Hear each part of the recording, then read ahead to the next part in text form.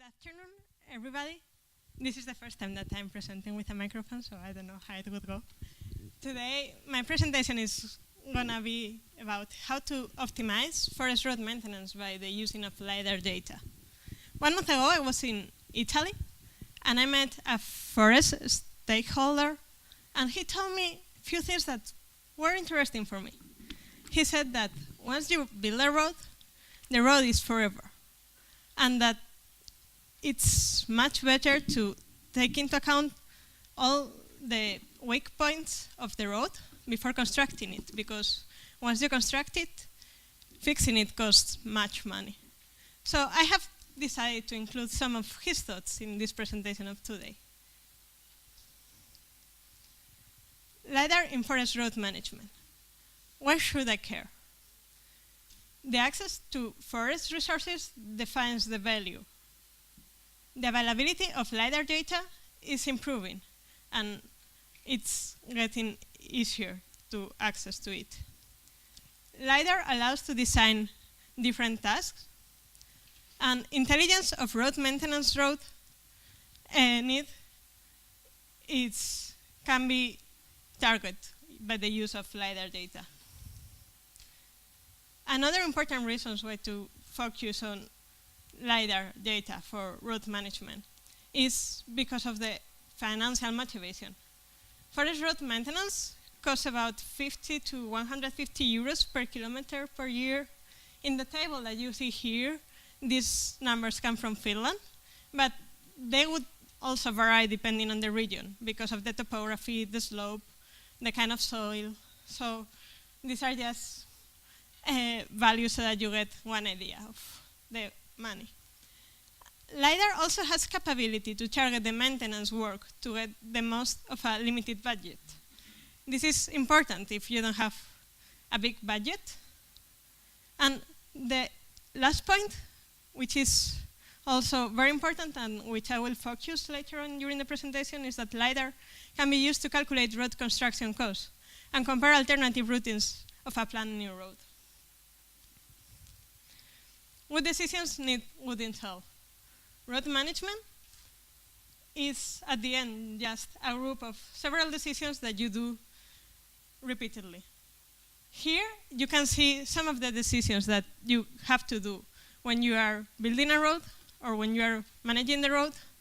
Of course, there are much more, but I have just, for this presentation, focused on these ones, and these are the ones that I will talk about later on.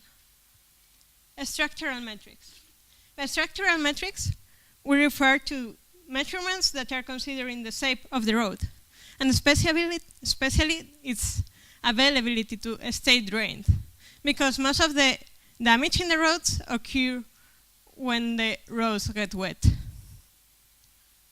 Here you can see a cross-section from Lidar data of a high-density Lidar data, and there are different resolutions from the same cross-section. Here in this image, you can see a water puddle location. Water puddles are built when there is a lot of rain and the water does not run off through the road. So if then after that, one tractor goes through that road, the road is going to be damaged. So it's important to locate these areas so that if it has rained a lot, then you avoid to go to that particular area with the tractor and you decide to go somewhere else. Here you have an example on one area that if it would rain a lot, it would become flood and the water would reach the forest road. So then we could also have some damage in this particular area. Surface runoff metrics. Here we consider a fairly wide area surrounding the road and contributing to the water runoff into the road area. Road runoff metrics calculation needs some assumptions. Here in the top, you can see a table and a formula. The formula is the one that I have used to calculate the runoff that I will show you later. And it consists to of the runoff ratio, that is the water that would run from the, if the water falls from the sky, the water that would run through the road. And in this study, I use 0.25, but you have in this table, in your right, depending on the type, this table comes from Finland, but it could be also adjusted if you just take some measurements in the area. And the design of the precipitation heaviness is the moment within a year, or it could be longer area, is the liters per second that it would flow during the biggest hour of precipitation. So it's the worst moment in the year, or in 2 years or 3 years, that you are going to have the biggest amount of water, and it's when you are having the biggest damage on the road also.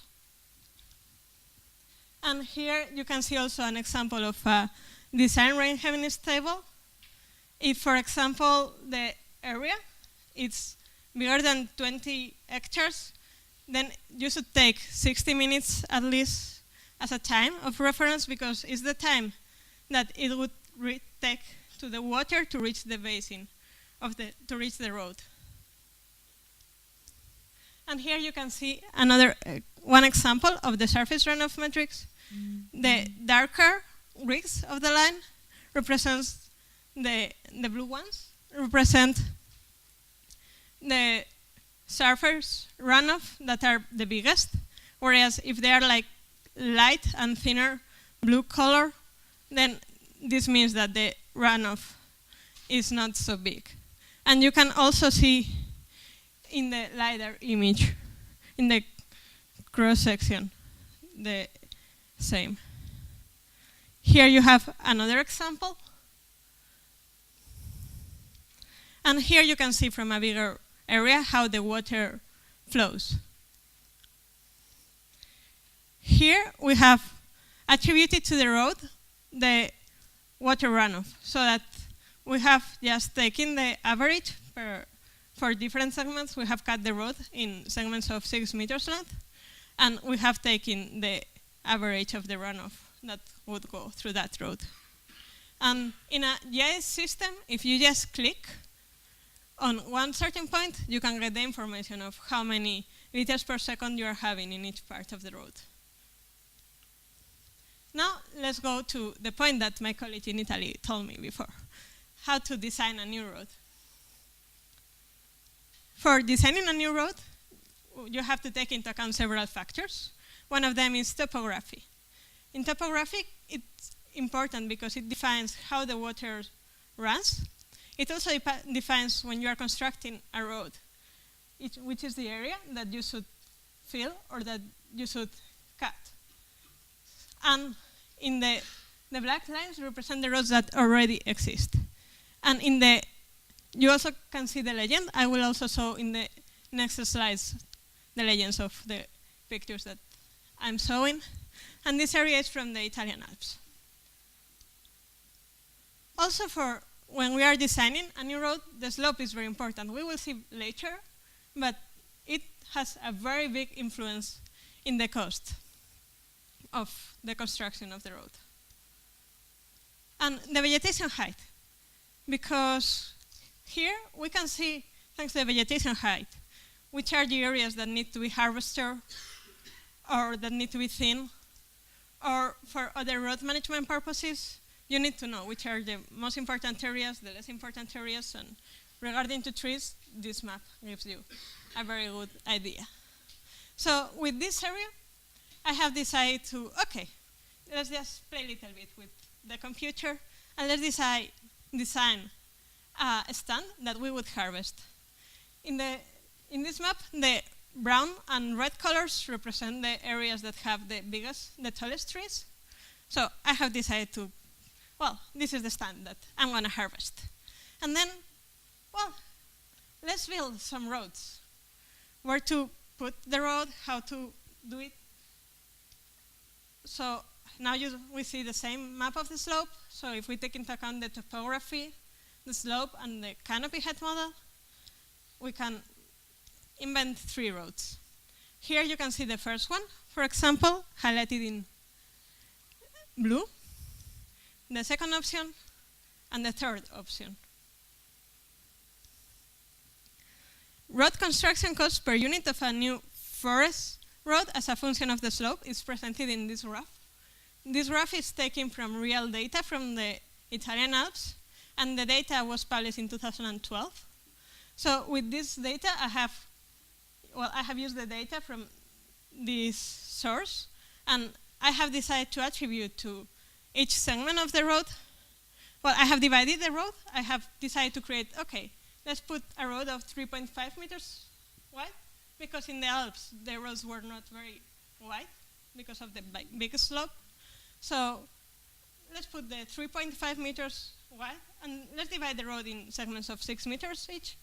And then let's attribute the slope to each of the segments. And let's attribute the value. So like this, once I have done that, I have just summed all the segments that are in this road. And the first road would cost me almost 4,000 euros. If I do the same with the second road, it would cost 10,500 euros. And with the third one, it would be 9,000 euros. Of course, it would depend. You can also take into account other things, not only the price. You could also check which are the weakest points that my friend was telling me. If you see also which areas would have more problems with the water, maybe it's worth to use the first road, for example, because you also have access to more timber, and the slope is lower, so the road is going to be better. But that would depend on you, and well, this is just one idea, and in my opinion, it's just better to just play a little bit with the computer before designing it and taking into account all the different options. Okay. And this is just one web browser that Runoff has developed, and that you can visualize all this data. You can also see it later after the presentation if you want to. And to come to an end, sink analysis can be used to find the wet spots. The water flow analysis can be used to quantify the culvert need. Lidar can be used to calculate road construction costs and compare alternative routings of a planned new road. Combined with soil maps, budgeting can be targeted accurately to areas of the best payback. Lidar saves cost and gives better result by focusing the resources better. Road surface quality can also be classified. However, this data varies annually depending on the stress situation on the road. Thank you very much for your attention, and I would be delighted to answer to any of your questions. Thank you, Blanca. Any questions?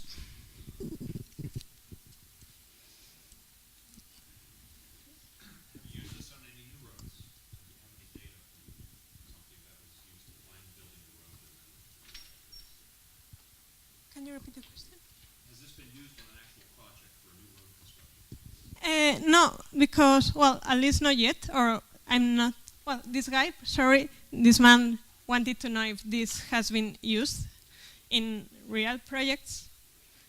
And in this case, I just went to Italy 1 month ago, and I was talking with one college, and then I got the data from Italy, and I asked, can I use it for this presentation?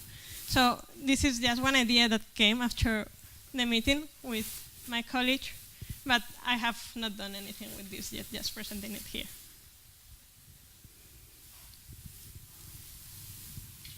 Is this system already in production use? Can you really use it, or is it a science project? It could be used in both cases. I have, well, this just came in this last month, so I have not gone very far, but it could easily be used in production, because if you have all this data, you can really draw the road. You can also, with the DTM, digital terrain model, go closer to the course of the different level, and then it's much easier to draw the road So it would be possible to use it in production level. Okay, so next time when we are vacation in Italy and we are hiring, renting a car, and we can thank you and your team for optimizing the roads for us in the future.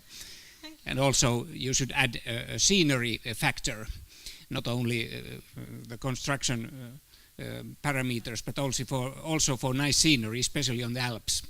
Build a road where scenery is the most beautiful. I would take that into account.